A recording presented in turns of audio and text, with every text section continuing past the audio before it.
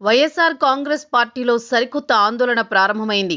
కేంద్ర ప్రభుత్వం నియోజకవర్గాల పునర్విభజన జరుపుతుండడమే కారణం. పునర్విభజనతో ఏపీలో ప్రస్తుతం ఉన్న 175 అసెంబ్లీ స్థానాలు 263కు పెరిగే అవకాశం ఉంది.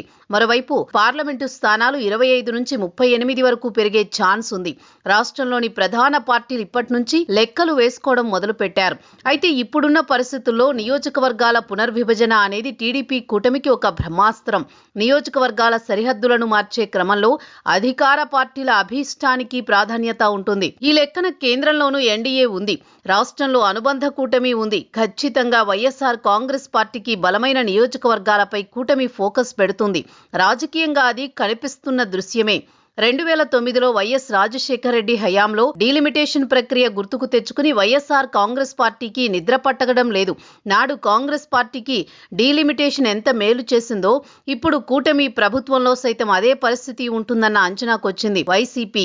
ఆ పార్టీకి కంచుకోటలుగా ఉన్న నియోజకవర్గాలను ముక్కలు చేయడం ద్వారా, సామాజిక రిజర్వేషన్లు మార్చడం ద్వారా బలహీనపరిచే ప్లాన్లను అమలు చేయవచ్చు. కేవలం నియోజకవర్గాల హద్దులను మార్చడమే కాదు, మహిళా రిజర్వేషన్లు, ఎస్సీ ఎస్టీ రిజర్వ్డ్ కోటా కిందకు కీలక స్థానాలు తీసుకురావడం ద్వారా ప్రత్యర్థి పార్టీ ముఖ్య నేతల గెలుపు అవకాశాలను దెబ్బతీయొచ్చు. ఉదాహరణకు జగన్ ప్రాతినిధ్యం వహిస్తున్న పులివెందులను మహిళలకు రిజర్వ్ కట్టబెడితే ఆయన పోటీ చేసే అవకాశం కోల్పోయినట్లే. అప్పట్లో రాజశేఖర్ రెడ్డి చాలా మంది పెద్ద నేతలను టార్గెట్ చేశారు.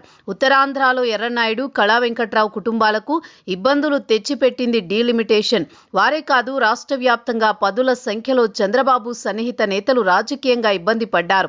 ఇప్పుడు ఖచ్చితంగా పునర్విభజన ద్వారా జగన్మోహన్ రెడ్డికి అత్యంత సన్నిహితంగా ఉండే నేతల నియోజకవర్గాలను టార్గెట్ చేస్తారు. ఇప్పుడు వైసీపీ ముఖ్య నేతల భయం కూడా అదే. గత 2 రోజులుగా వైసీపీ శిబిరంలో టెన్షన్ కూడా మొదలైనట్టు తెలుస్తోంది.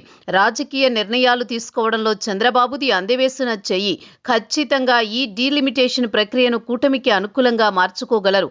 వైఎస్ఆర్ కాంగ్రెస్ పార్టీని దెబ్బతీయగలరు. ఎప్పుడైతే నియోజకవర్గాల పునర్విభజన అంశం తెరపైకి వచ్చిందో అప్పటి నుంచి ఒక రకమైన ఆవేదనలో ఉంది వైసీపీ. తప్పకుండా వైసీపీ మూలాలను దెబ్బతీస్తారన్న సమాచారం వారికి ఉంది. నాడు రాజశేఖర్ రెడ్డి హయాంలో జరిగిన వ్యవహారం వైసీపీ నేతలకు తెలుసు. అందుకే వారికి కంటి మీద కొనుకు లేదు.